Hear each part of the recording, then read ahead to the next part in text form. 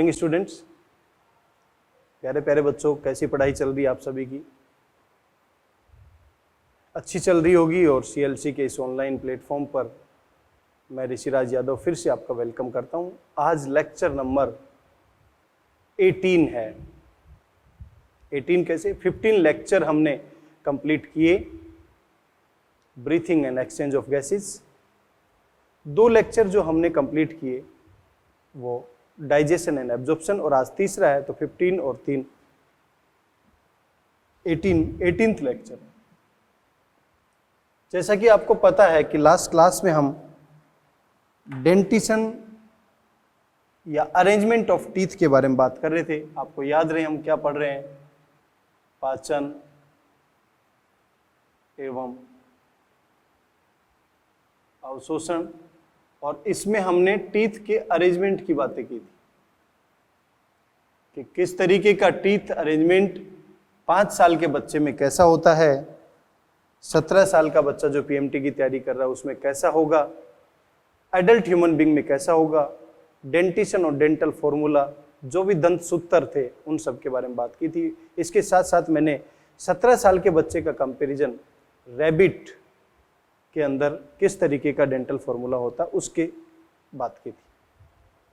आज हम पिछले 8-10 साल में क्वेश्चन पूछे गए हैं डेंटल फॉर्मूला से रिलेटेड, जरा उन पे नजर एक बार डाल लेते हैं कि कैसे क्वेश्चन पूछे जाते हैं और कितना इंपॉर्टेंट ये है। 2011 से लेकर 2019 तक की मैं बात करूं तो 4 डिफरेंट टाइप के क्वेश्चन पूछे जा चुके हैं। पहले उन क्वेश्चन पे नजर डालते हैं।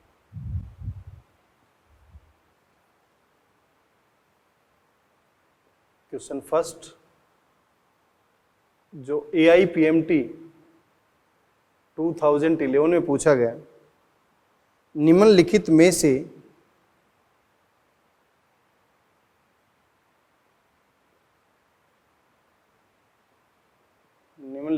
से किस एक में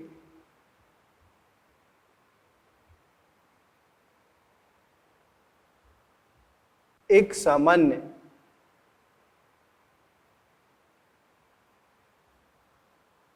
वयस्क मानव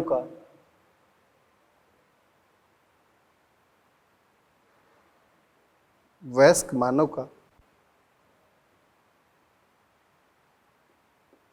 दंत सूत्र सही दिया गया है?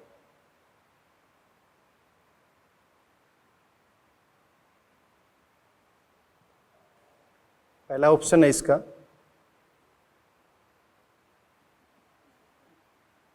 दूसरा, तीसरा, चौथा। 3 1 3 3 3 1 3 2 1 2 3 2 1 2 2 1 3 3 2 1 2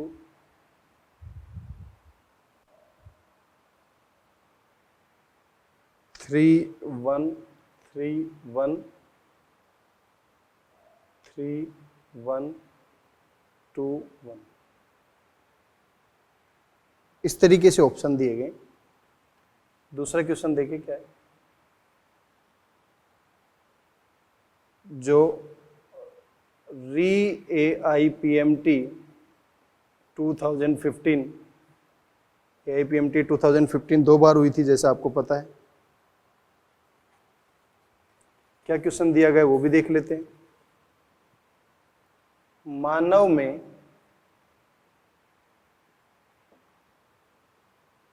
प्राथमिक दंत विकास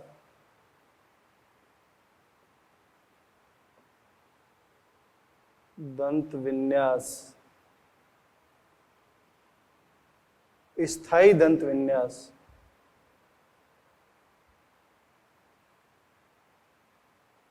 स्थायी दंत विन्यास से इस नाते भिन्न होता है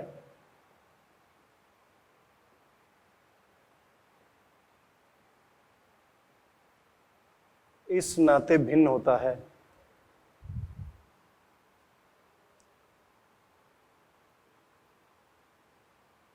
कि प्राथमिक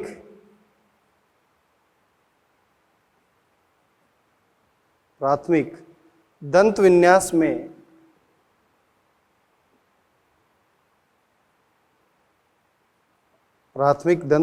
में निम्नलिखित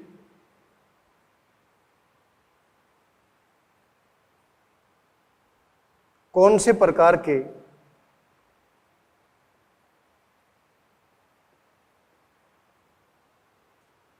दांत नहीं होते?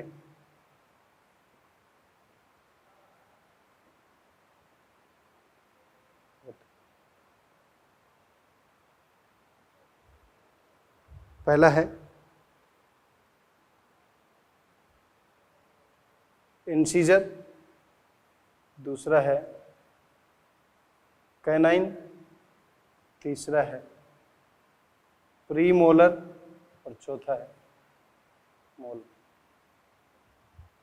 एक बार कोशिश करें कैसे, क्या हमने जो नोट्स बनाए थे उससे क्वेश्चन बन रहा है? देखो पहला क्वेश्चन दे रखा है, निम्नलिखित में से एक में एक सामान्य वयस्क मानव का दंत सूत्र सही दिया गया है। तो पहले तो आप किसका पूछा गया है? एक वयस्क मानव, ह्यूमन एडल्ट का पूछा। ह्यूमन एडल्ट का फॉर्मूला क्या होता है? 2 इंसीजर, कैनाइन, प्रीमोलर और मोलर इंटू 2 1 2 3 2 1 2 3। टोटल टीथ कितने होते हैं? 32।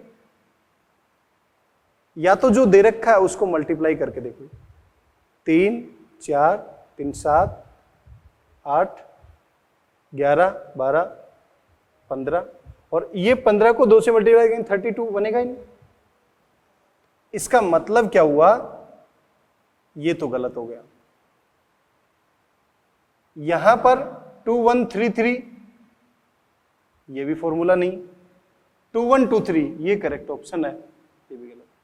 तो ह्यूमन बीइंग के अडल्ट का फॉर्मूला 2 से मल्टीप्लाई नहीं दे रखा है, तो सभी में कॉमन है, सभी में नहीं दे रखा। करेक्ट आंसर क्या होगा? 3। AIPMT 2015 में मानव में प्राथमिक दंत विकास, तो प्राथमिक दंत विकास क्या होता है ह्यूमन बीइंग?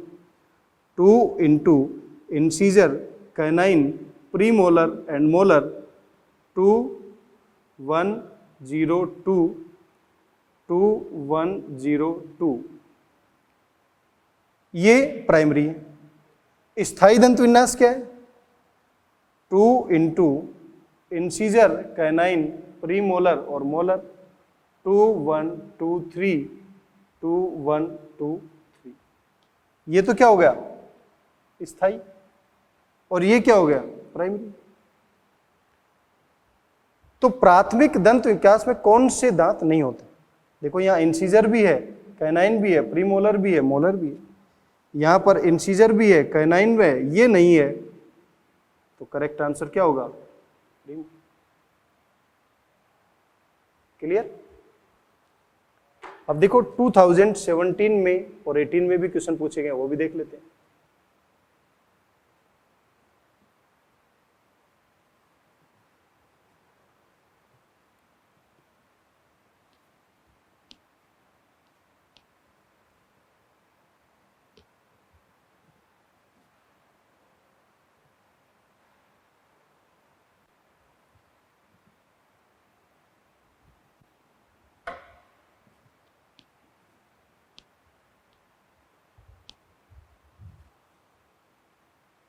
नीट 2017 क्वेश्चन क्या पूछा गया? देखिए, एक 2 वर्ष के शिशु को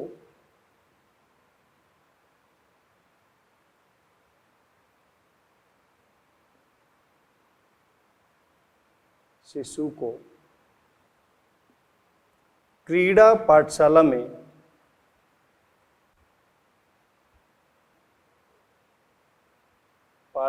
में प्रवेश दिलाया गया।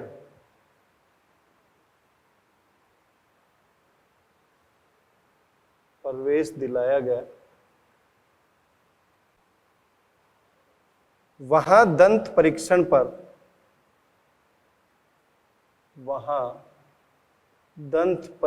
पर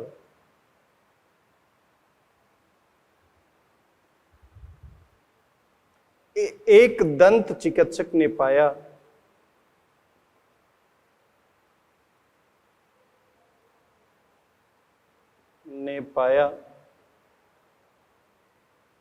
कि शिशु के 20 दांत थे। शिशु के 20 दांत थे। शिशु के कौन से दांत अनुपस्थित थे? शिशु के कौन से दांत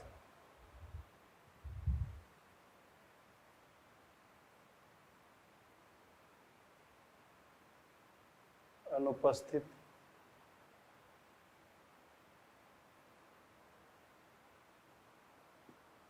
देखिए बेटा, ऑप्शन क्या दे रखे? Incisor, canine, premolar, molar. Question को ध्यान से समझे। 2 वर्ष के शिशु,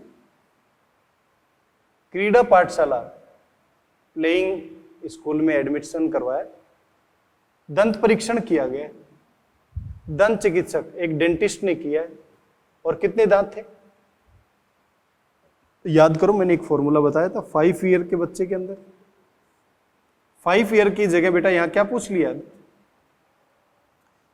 तो 2 into incisor, canine, pre molar और मोलर, 2102, 2102।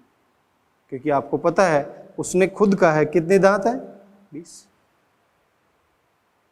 तो 2, 3, 2, 5, 5 और 5 10, 10 को 2 से मल्टीप्लाई करेंगे तो 20।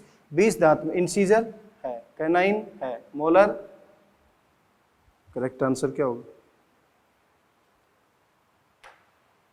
आपने देखा ये क्वेश्चन की लैंग्वेज अलग ही टाइप से पूछी। कैसा भी क्वेश्चन पूछ सकता है।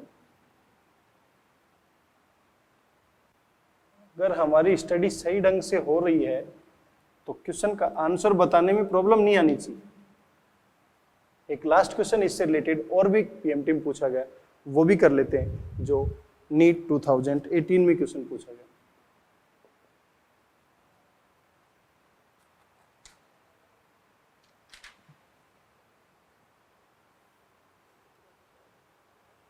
निम्नलिखित में से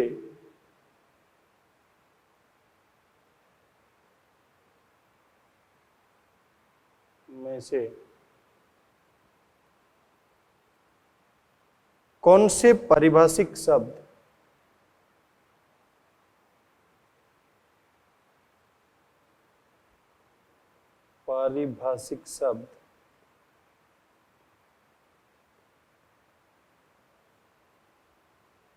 मानव दंत विकास को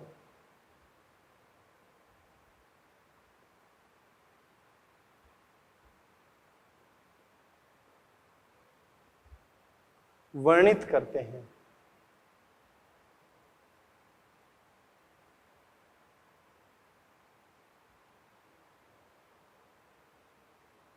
वर्णित करते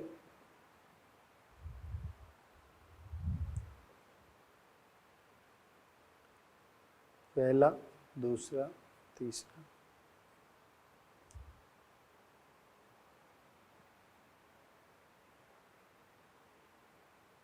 प्लूरोडोंट,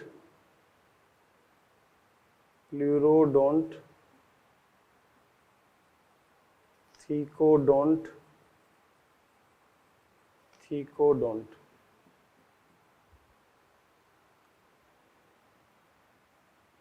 मोनोफायोडोंट,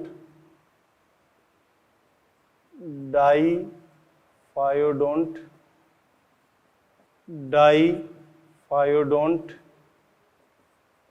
डाईफायोडोंट।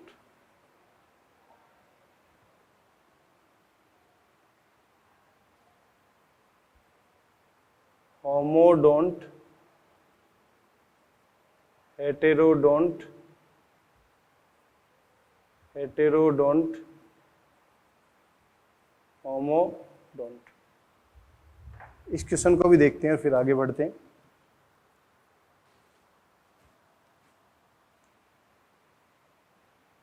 थीकोडोंट कंडीशन है, मैंने आपको बताया था ह्यूमन बॉडी के अंदर इस तरीके से जो बोन है तो यहां पर फिलअप है। यदि ऐसी कंडीशन है, टीथ लेटरल साइड से अटैच है, इसको बोलते हैं प्लूरोडोंट कंडीशन। और जबड़े में नीचे तक गहराई तक धसा हुआ है, इसे बोलते हैं थीकोडोंट कंडीशन। ह्यूमन बॉडी में ये नहीं होता तो दोनों ऑप्शन गलत हो गए। ये भी सही है, ये भी सही है। डाइफाइडोंट, 2 बार दंती, 2 बार दांत आते हैं, एक बार मिल्की टीथ है, उसका परमानेंट टीथ से रिप्लेसमेंट होता है। हेटेरोडोंट, होमोडोंट, मानव में इंसीजर, कैनाइन, प्रीमोलर और मोलर चारों दांत अलग अलग हैं। होमोडोंट, ये गलत हो गया। करेक्ट आंसर कौन सा होगा? तो पारिभाषिक मीन्स डेफिनेशन के बेसिस पर human being have thecodont teeth, diphyodont teeth and heterodont teeth. ऐसा भी क्वेश्चन पूछा जा सकता है।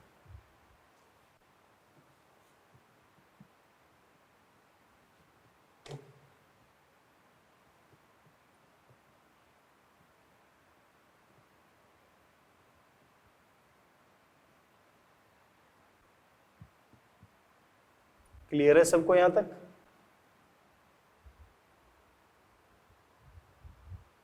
देखिए बेटा, नेक्स्ट पॉइंट इसी में आगे मैं आपको बता रहा था कि जैसे 17 साल का बच्चा है और रैबिट जिसके अंदर नंबर ऑफ टीथ दोनों के अंदर 28 हैं, लेकिन उनका डेंटल फॉर्मूला अलग अलग। उसी तरीके से एडल्ट ह्यूमन बीइंग में 32 दांत हैं, काऊ के अंदर भी 32 हैं।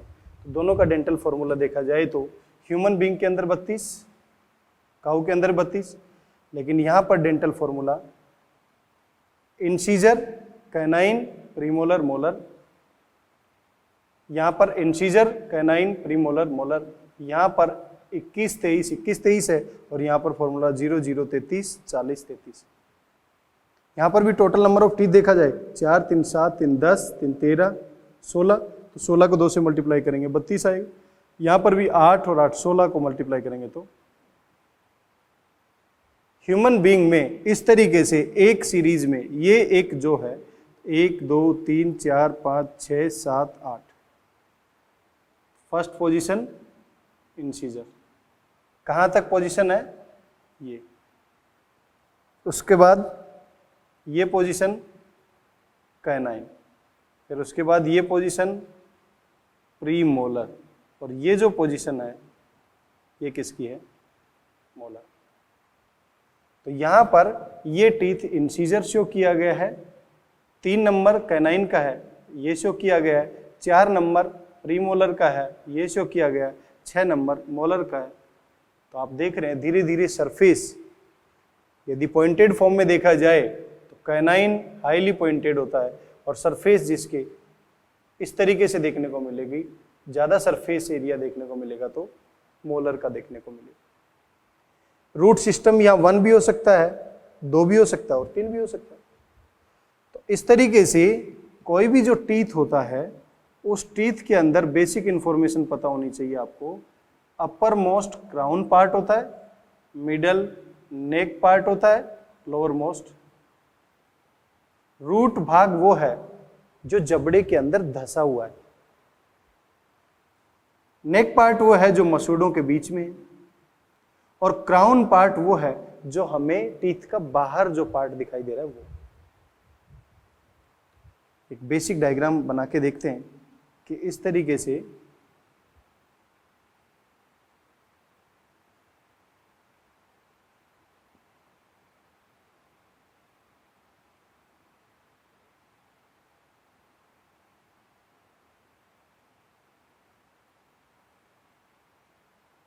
ये कोई टीथ है और इस टीथ के आउटर मोस्ट जो कवरिंग है वो यहां से कवर किया हुआ है, इस आउटर मोस्ट कवरिंग को बोलते हैं, बॉडी का हार्डेस्ट मटेरियल है ये इनेमल।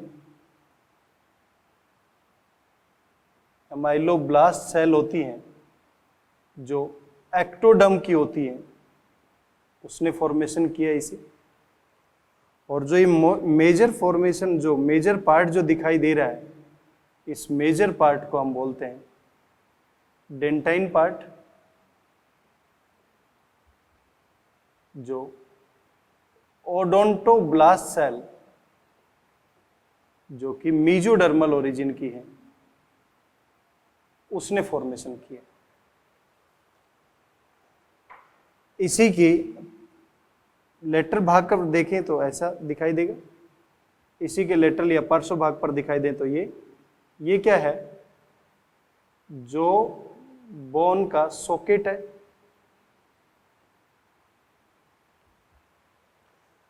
और यहां पर जो बोन में जो अटैचमेंट है इसका, तो यहां पर सीमेंटिंग मटेरियल है, सीमेंट, यहां पर भी। और जो ये ओपनिंग दिखाई दे रही है, ये पेरियोडोंटल पोर है, यहां से इसके अंदर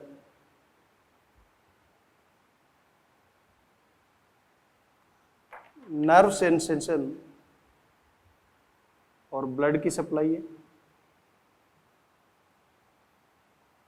नर्व एंड। तो जो ये बाहर पार्ट आपको दिखाई दे रहा है, ये वाला कौन सा पार्ट हो गया, क्राउन। ये वाला पार्ट कौन सा हो गया, नेक। और ये वाला पार्ट कौन सा हो गया, रूट सिस्टम। तो इसका ट्रीटमेंट जब करवाते हैं, जिसे बोलते हैं रूट कैनाल ट्रीटमेंट, RCT, वो भी इसी से रिलेटेड है।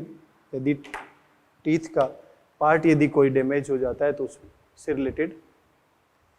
इस तीनों पार्ट में मेजर पोर्शन जो है वो डेंटाइन का है, और ये dentine near about 67% part calcium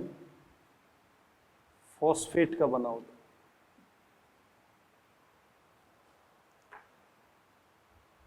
कुछ टीथ मैंने बताए थे अनलिमिटेड ग्रोथ को शो करते हैं, कुछ टीथ लिमिटेड ग्रोथ को शो करते हैं। यहां पर ये ओडोंटल पोर यदि वाइड फॉर्म में रहता है, चौड़ा रहता है, तो यहाँ पर ब्लड सप्लाई और न्यूट्रिएंट सप्लाई होती रहती है, अनलिमिटेड ग्रोथ करेगा। और लेकिन एक टाइम के बाद में ये पोर संकरा हो जाता है, जिससे न्यूट्रिशन प्रॉपर ना मिलने की वजह से ये क्या हो, लिमिटेड ग्रोथ को शो करता है। अब बहुत सारे ऐसे जानवर हैं जहां पर इस टीथ के मॉडिफिकेशन भी देखने को मिलते हैं, जरा वो भी देख लेते हैं। मैं यदि बात कहूं एलिफेंट की, तो एलिफेंट में टस्क होते हैं, हाथी के दांत दिखाने के और खाने के और, दिखाने वाले एलिफेंट टस्क इंसीजर टीथ के मॉडिफिकेशन से बने होते हैं। एक होता है वालरस, वालरस में भी टस्क होते हैं, वो कैनाइन टीथ के रूपांतरण से बने होते हैं।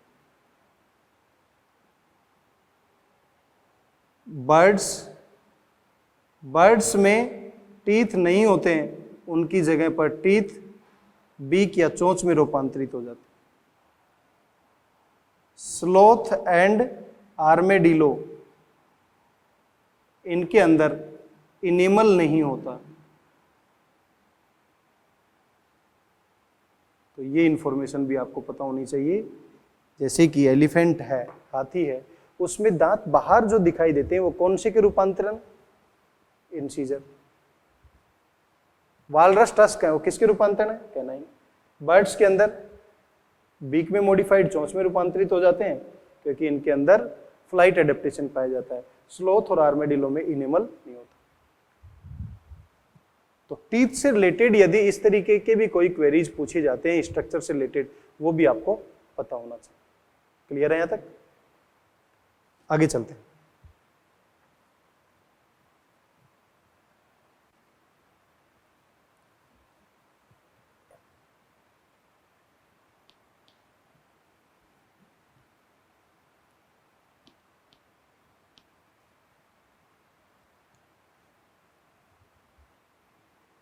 नेक्स्ट पॉइंट हम ले रहे हैं मस्कुलर वॉलेंट्री स्ट्रक्चर,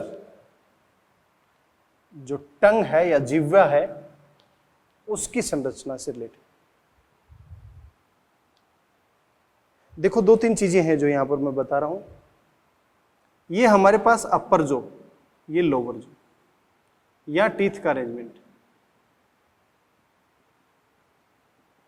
और ये साइड में हमारे गाल हैं, चीक बोलते हैं। इन दोनों के बीच में यहां पर क्या है, टीथ। इन दोनों के बीच में जो स्पेस है उसे बोलते हैं वेस्टिब्यूल। और अपर जो और लोअर जो के बीच में जो स्पेस है उसे बोल रहे हैं हम ओरल कैविटी।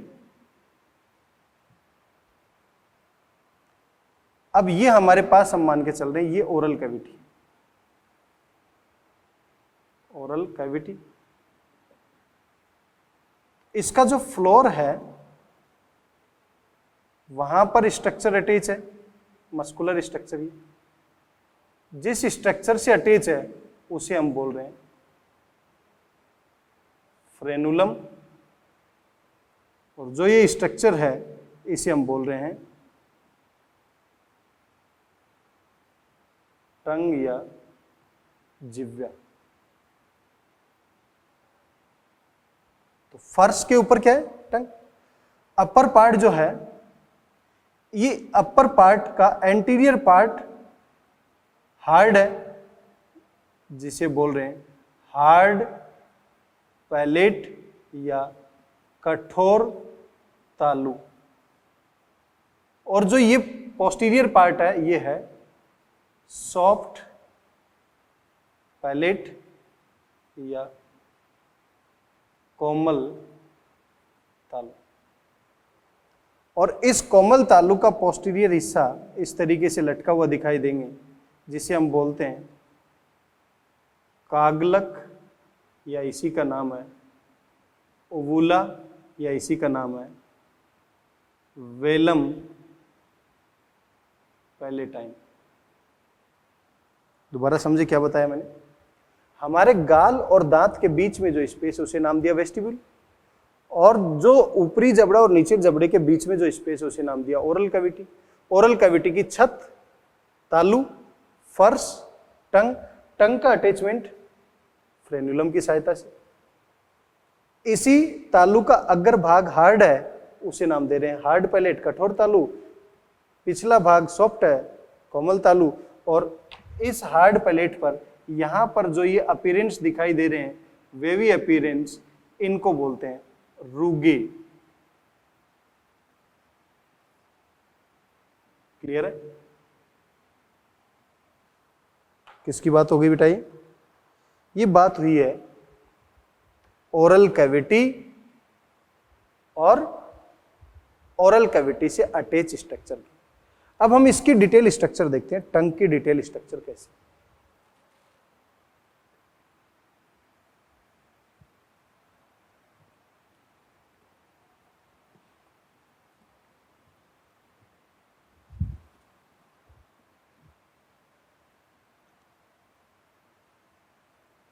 टंग, पहले तो इसके कार्य देखते हैं। पहला, भोजन को निगलने में सहायता करते।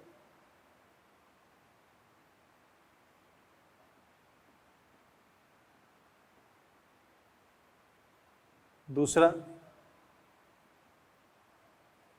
स्पीच, जब भी हम कोई भाषण देते हैं तो उसमें सहायता करती है, वर्डिंग फॉर्मेशन। टेस्ट, स्वाद का ज्ञान कराती है।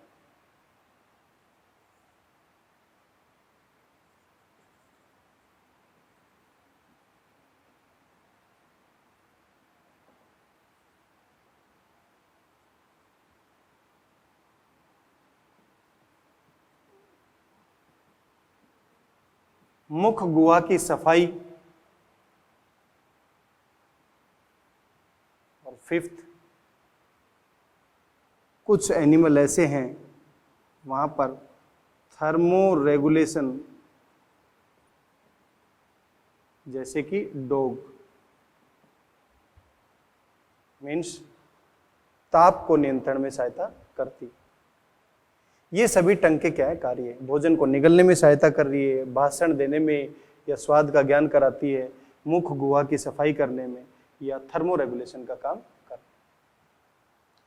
अब यदि हम इसे टेस्ट के बेसिस पर देखें,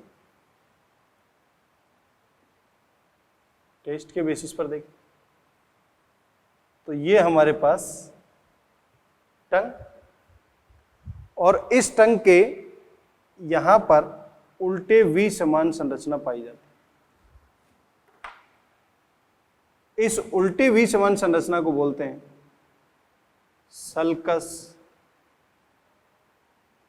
टर्मिनेल। इसका ये अग्र भाग, ये अग्र पार्श्व भाग, ये पश्च पार्श्व भाग, और ये इसका पश्च भाग। ये सल्कस टर्मिनेल आगे के इस पार्ट को और पीछे के इस पार्ट को अलग कर रही है। तो पीछे का 1/3 भाग है जिसे हम बोलते हैं फेरिंजियल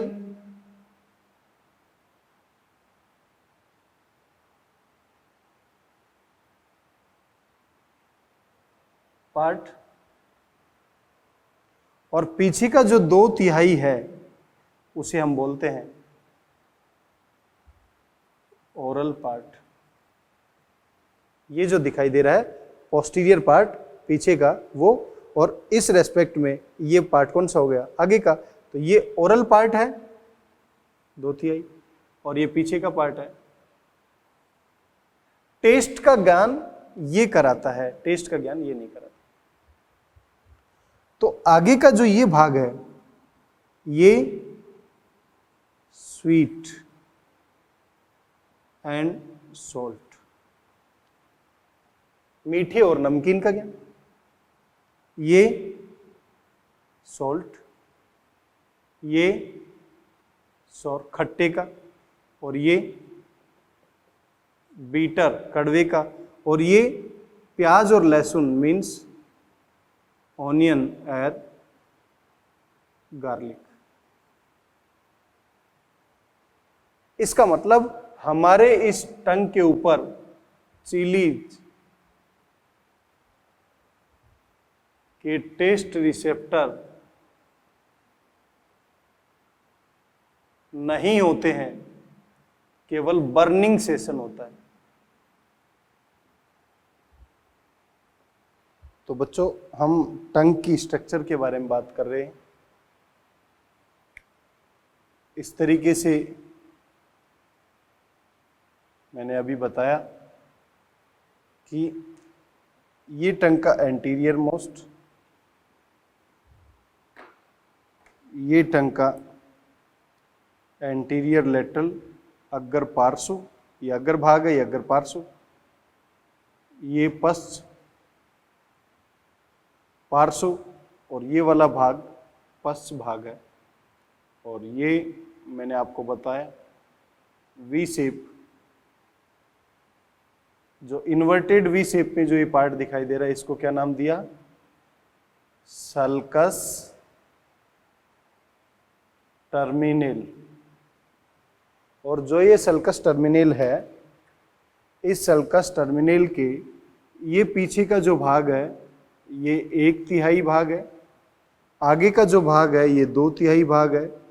इसको बोलते हैं ओरल पार्ट, और इसको बोलते हैं फेरिंजियल पार्ट।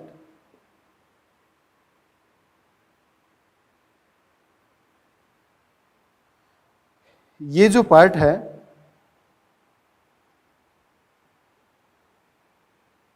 ये स्वीट एंड सॉल्ट, उसके स्वाद का ज्ञान कराता है। ये साल्ट, ये सौर खट्टा, और ये पश्च भाग है ये बीटर या कड़वा। तो मीठे और नमकीन का, और ये नमकीन का, ये खट्टे का, और ये कड़वे का, और जो बीच का ये भाग रह गया ये है ओनियन एंड गार्लिक। जो प्याज और लहसुन है उसके स्वाद का ज्ञान कराता है। तो ध्यान से समझिए, यहां स्वाद का ज्ञान करने के लिए कौन कौन से पार्ट यहां पर रेस्पॉन्सिबल हैं। तो इसके पास ये जो हमारी टंग है, इस टंग के पास 4 डिफरेंट टाइप्स, 4 अलग अलग प्रकार के पैपिलाज पाए जाते हैं, और उन पैपिलाज पर टेस्ट बड या स्वाद कलिका लगी होती है। देखिए बेटा कौन कौन से हैं।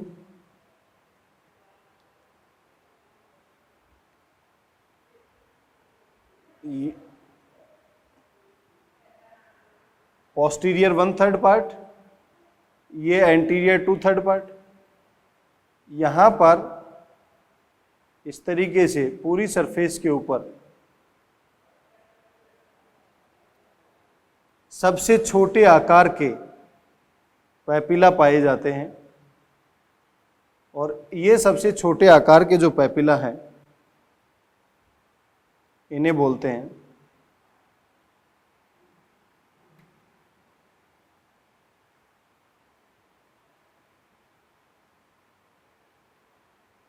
फीलीफॉर्म पैपिला।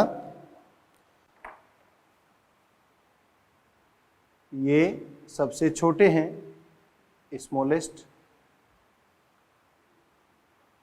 और स्मॉलेस्ट होने की वजह से इनके ऊपर टेस्ट बड एब्सेंट होती है।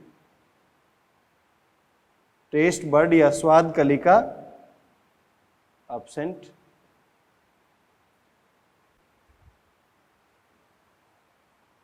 यहां पर इस तरीके से आपको डॉटेड फॉर्म में दूसरे प्रकार के पैपिला दिखाई देंगे।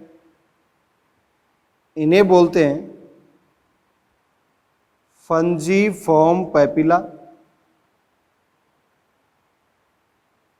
यहां पर टेस्ट बड पाई जाती है, इनका आकार इनसे बड़ा है। तो पहला प्रकार क्या हो गया? फीलीफॉर्म। दूसरा प्रकार क्या हो गया? फंजीफॉर्म। तीसरा है जो मानव के अंदर अनुपस्थित होते हैं, इन्हें लेबल कर रहे हैं फोलिएट पैपिला, जो कि मानव के अंदर क्या है? अनुपस्थित है। और चौथा जिसका आकार सबसे बड़ा है उसे बोलते हैं सरकम वैलेट पैपिला, जो लार्जेस्ट है, यहां पर दिखाई देंगे।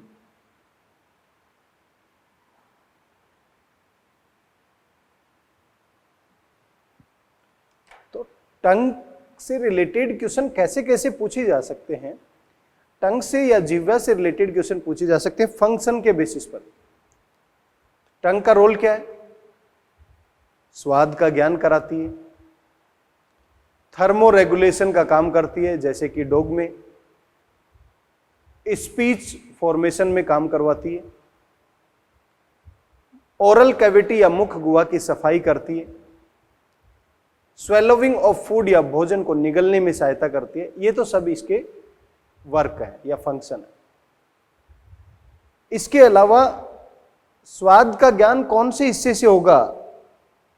स्वीट एंड साल्ट, जिह्वा के अग्रभाग से, साल्ट अग्र पार्श्व भाग से, सौर या खट्टे का ज्ञान पश्च पार्श्व भाग से, और कड़वे का ज्ञान पोस्टीरियर पार्ट या पश्च भाग से होगा।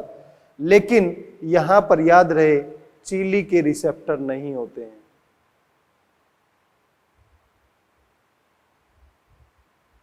नहीं होते, केवल बर्निंग सेशन होता है। बर्निंग सेशन, सेंसेशन, और बर्निंग सेंसेशन जो होता है इसका मतलब जलन की अनुभूति होती है, जबकि चीली या मिर्च के रिसेप्टर नहीं पाए जाते।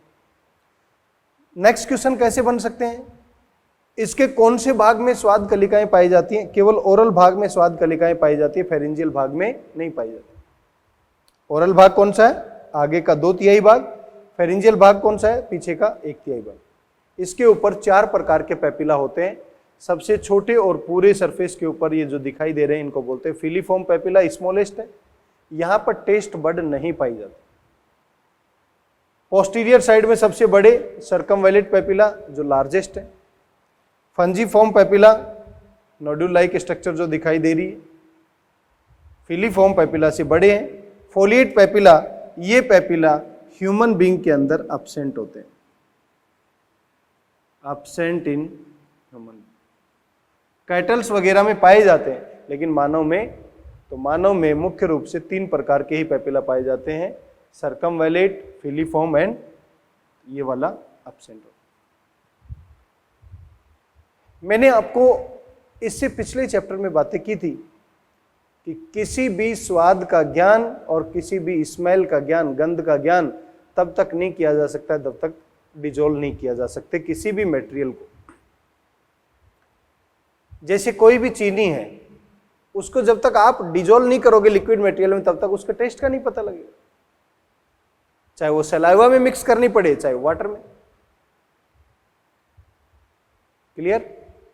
तो किसी भी मॉलिक्यूल को तब तक गंध का ज्ञान और तब तक स्वाद का ज्ञान नहीं किया जा सकता, तब तक डिजोल्व नहीं किया जा सकता। और इसका ज्ञान कराने के लिए विशेष प्रकार की न्यूरोसेंसरी एपिथेलियम होती है। क्या होती है? न्यूरो सेंसरी एपिथेलियम, जिसे क्या नाम देंगे हम? गस्टेटरी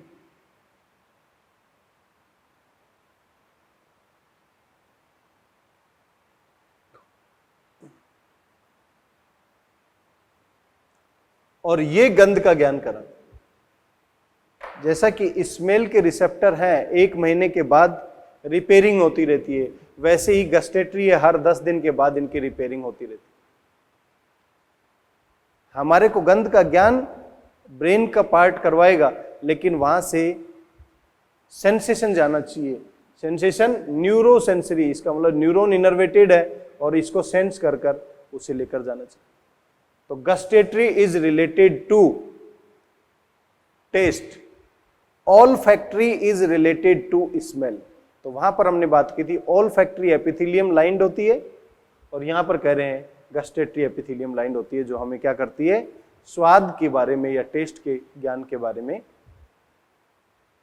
बताती। क्लियर है यहां तक? टंग से रिलेटेड, टंग क्या है? ओरल कैविटी का फर्श वाला भाग है जो वॉलेंट्री और मस्कुलर है, जो फ्रेलुनम की सहायता से जुड़ा हुआ होता है। क्लियर है मेरी बात? आगे देखते हैं।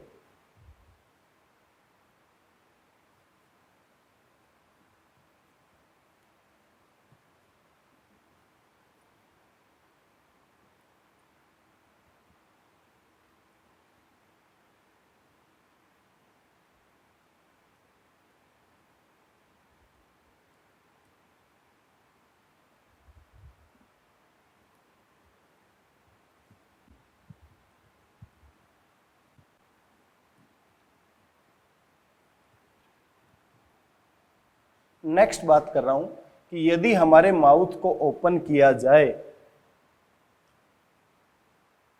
तो कुछ लिम्फोइड ऑर्गन जो हैं, लसिका के अंग हैं, लसिका के अंग रिंग के रूप में दिखाई देते हैं, ऐसे दिखाई देंगे।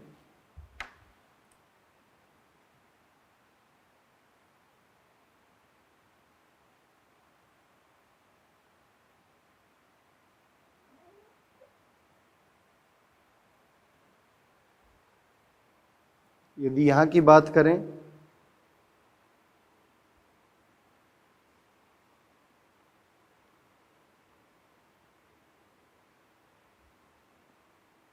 तो यहाँ पर जो लसिका ऑर्गन मिलते हैं उन्हें बोलते हैं लिंगुअल टॉन्सिल।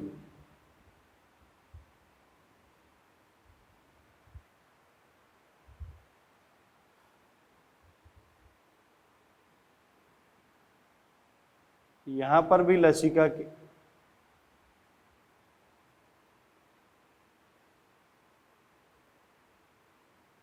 यहाँ पर भी लसिका के अंग पाए जाते हैं।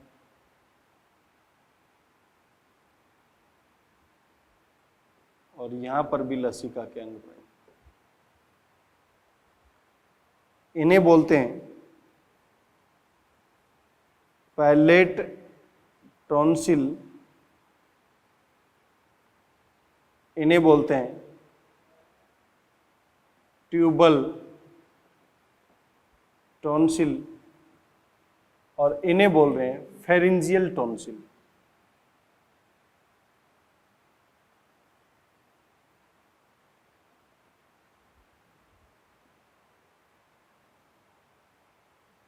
ये जो आपको जो स्ट्रक्चर दिखाई दे रही है ये एक रिंग के रूप में, जैसे हम माउथ को ओपन करें ऐसे तो पूरे रिंग की फॉर्म में पीछे के भाग में फेरिंजियल टॉन्सिल, इन फेरिंजियल टॉन्सिल को एडिनोइड्स भी कहा जाता है। यूस्टेकियन ट्यूब जो लेटरल साइड में ओपन होगी उसके पास में ट्यूबल टॉन्सिल, पैलेट तालू वाले भाग में पैलेट टॉन्सिल और टंग के नीचे वाले भाग में लिंगुअल टॉन्सिल पाए जाते हैं। इन सभी की जो रिंग का निर्माण करते हैं इसी को बोलते हैं वाल्डेयर्स। मान लो आपसे कोई पूछ लेता है कि वाल्डेयर रिंग क्या है, तो पता होना चाहिए वाल्डेयर रिंग विभिन्न प्रकार के टॉन्सिल या लसिका की जो गांठें होती हैं उन लसिका ऑर्गन जो हैं उनकी एक रिंग शेप ओरल कैविटी को ओपन करने पर दिखाई देगी, उसी को बोल रहे हैं वाल्डेयर्स रिंग। क्लियर? नेक्स्ट देखिए, अभी हम ओरल कैविटी में टंग से रिलेटेड और वाल्डेयर रिंग से रिलेटेड बातें की। आगे चलकर आपको यह भी पता लगेगा कि टंग में दो तरीके की मूवमेंट होती है। जो टंग है उसमें दो तरीके की मूवमेंट, एक तरीके की जो मूवमेंट है उसे बोलते हम रोलर, नॉन रोलर, और दूसरे की इनवर्ड एंड आउटवर्ड। जो हमारी जिह्वा है उस जिह्वा की दो तरीके की मूवमेंट कैसी हुई, हम टंग को रोल कर पा रहे हैं या नहीं कर पा रहे हैं, ये अंदर की बात है, और टंग को बाहर और अंदर ले जा रहे हैं या नहीं ले जा पा रहे हैं। तो इनवर्ड और आउटवर्ड मूवमेंट करने के लिए विशेष प्रकार की मसल्स होती हैं जिन्हें बोलते हैं एक्सट्रिंसिक मसल, और रोल करवाने के लिए दूसरी मसल है जिन्हें बोल रहे हैं हम इंट्रिंसिक। आगे जेनेटिक्स में भी आपको कुछ चीजें मिलेंगी यहां से कि रोलर जो होता है वो कैरेक्टर डोमिनेंट होता है, जबकि नॉन रोलर जो कैरेक्टर होता है वो रिसेसिव होता है। रिसेसिव मीन्स अप्रभावी लक्षण, और ये क्या होता है, प्रभावी लक्षण, और इनकी जीन ऑटोसोम पर उपस्थित होती है। कहां उपस्थित होती है, ऑटोसोम पर उपस्थित होती है।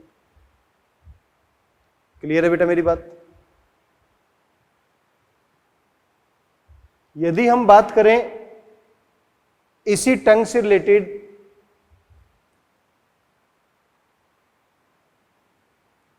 रोलर और नॉन रोलर की और आउटवर्ड और इनवर्ड की, तो दोनों के अंदर अलग अलग प्रकार की मसल्स का रोल होगा, अलग अलग प्रकार की पेशियां हैं उनका रोल होगा बेटा। अब हम ओरल कैविटी में और क्या क्या बचा हुआ है उसके बारे में एक बार नजर डाल लेते हैं। हमारे पास ये ओरल कैविटी,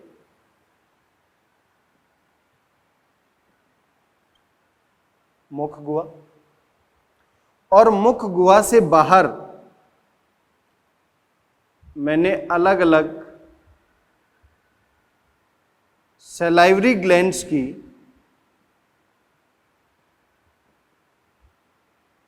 या लार ग्रंथियों की बात भी की थी।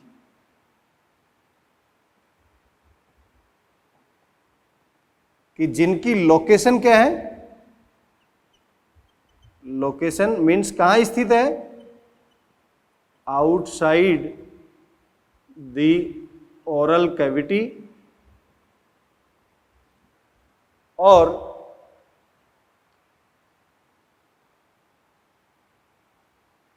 फाइनली कहां ओपन होंगी, open into oral cavity. Finally कहां ओपन होंगी, ओरल कैविटी। तो कहां कहां लोकेशन है इनकी, यहां पर ओरल कैविटी के यहां पर टंग की अटैचमेंट है फ्रेनुलम की सहायता से, तो एक की लोकेशन यहां पर है, एक की लोकेशन है दोनों जॉ के बीच में जंक्शन पॉइंट पर, और एक की है कान के नीचे, और ये जबड़े के संधि स्थल पर, और ये जिह्वा के नीचे। यहां से ट्यूब ओपन होगी, वो भी ओरल कैविटी में आएगी, यहां से ओरल कैविटी में आएगी, और यहां से भी ओरल कैविटी में आएगी। तो इस तरीके से ये भी यहां ओपन होगी, ये भी यहां ओपन होगी, ये यहां। इसका मतलब फाइनल एंड जो है वो तो ओपन होगा ओरल कैविटी में, लेकिन इनकी लोकेशन क्या होगी। तो मैं कह सकता हूं कान के नीचे ये क्या है, पैरोटिड ग्लैंड। जबड़े के संधि स्थल पर ये क्या है, सब मैक्सिलरी और सब मैंडिबुलर, और ये क्या है, सब लिंगुअल।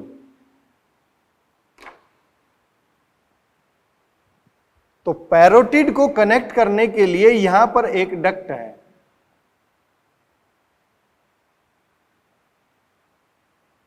यहां पर भी एक डक्ट है, और इस जगह पर भी एक डक्ट है।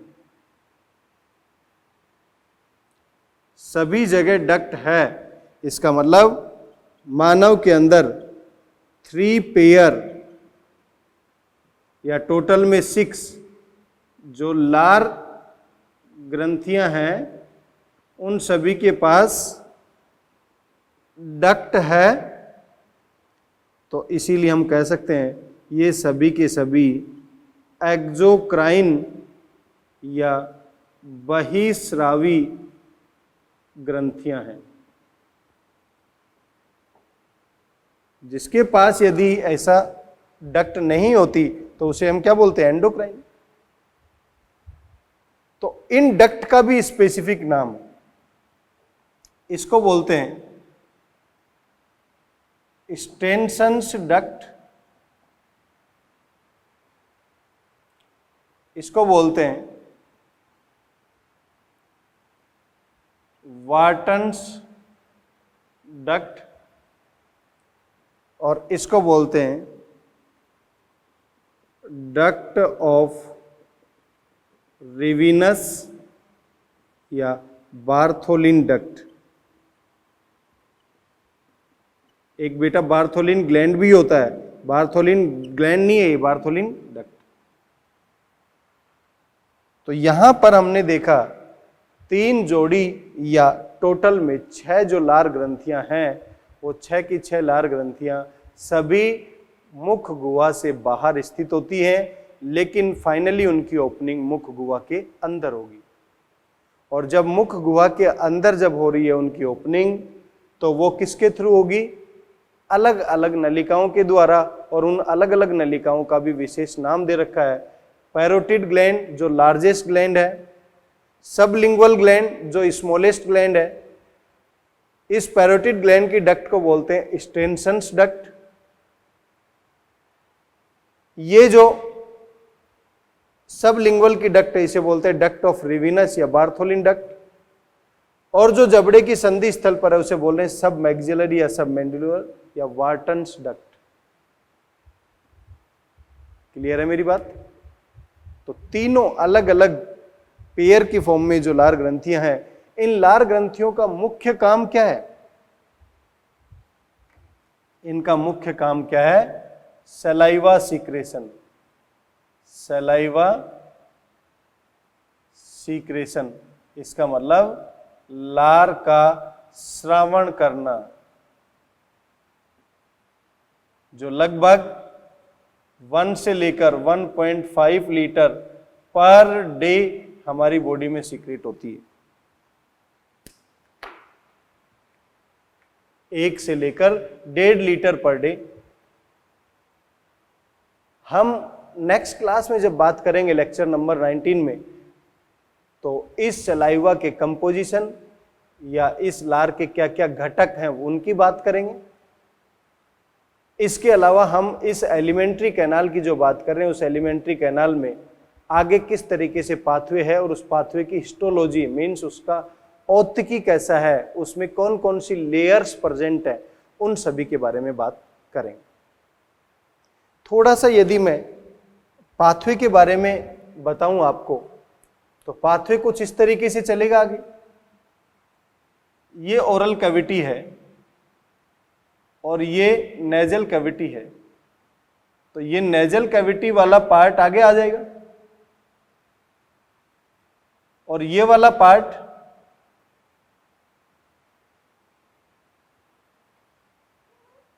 इस तरीके से पीछे की साइड चला गया।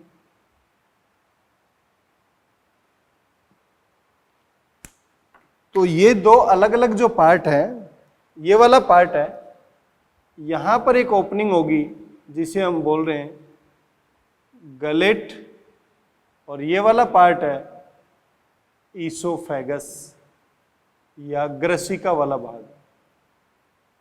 एक ओपनिंग तो ये होगी। एक ओपनिंग यहां पर है जो मैंने बताई थी आपको ऑलरेडी, इसको बोलते हैं ग्लोटिस, और इसको कवर करने वाला जो ये ढक्कन है इसे बोलते हैं घाटी ढापन या एपिग्लोटिस।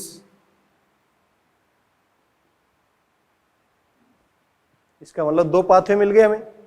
और ये वाला पाथवे जो है ये कौन सा है?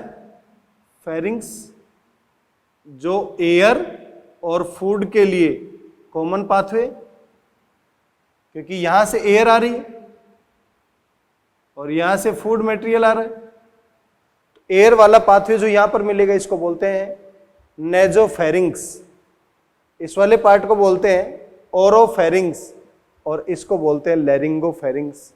ये फेरिंजियल पार्ट एक कॉमन पाथवे है जो फाइनली 2 ओपनिंग में ओपन होगा। एक साइड में गैलेट, गैलेट से भोजन आगे की तरफ ईसोफेगस में जाएगा, और एक साइड में ग्लोटिस जिसको एपिग्लोटिस कवर करता है, यहां से एयर, जो इस पार्ट में ये जो ट्यूब है इसको बोलते हैं ट्रेकिया। तो जब हम भोजन को निगलते हैं तो निगलते टाइम, जैसे ही भोजन यहां पर जा रहा है तो निगलते टाइम पर फ्रैक्शन ऑफ सेकंड कुछ समय के लिए सांस को रोकना पड़ता है भोजन अदरवाइज ये भोजन यहां से यदि इस पार्ट में आ जाए, तो एक क्वेश्चन भी डिस्कस किया था मैंने कि यदि दो दोस्त एक डाइनिंग टेबल पर बैठकर बातें कर रहे हैं और खाना भी खा रहे हैं, तो अचानक से फूड यदि इस विंड पाइप में या ट्रैकिया में चला जाए तो उसे धक्का लगता है। क्लियर है? तो इसी पाथवे को आगे ईसोफेगस से और एलिमेंट्री कैनाल के कौन कौन से भाग हैं, उन सभी के हिस्टोलॉजी के बारे में हम नेक्स्ट लेक्चर नंबर 19 में डिस्कस करेंगे। आज के लिए इतना ही। Thank you so much.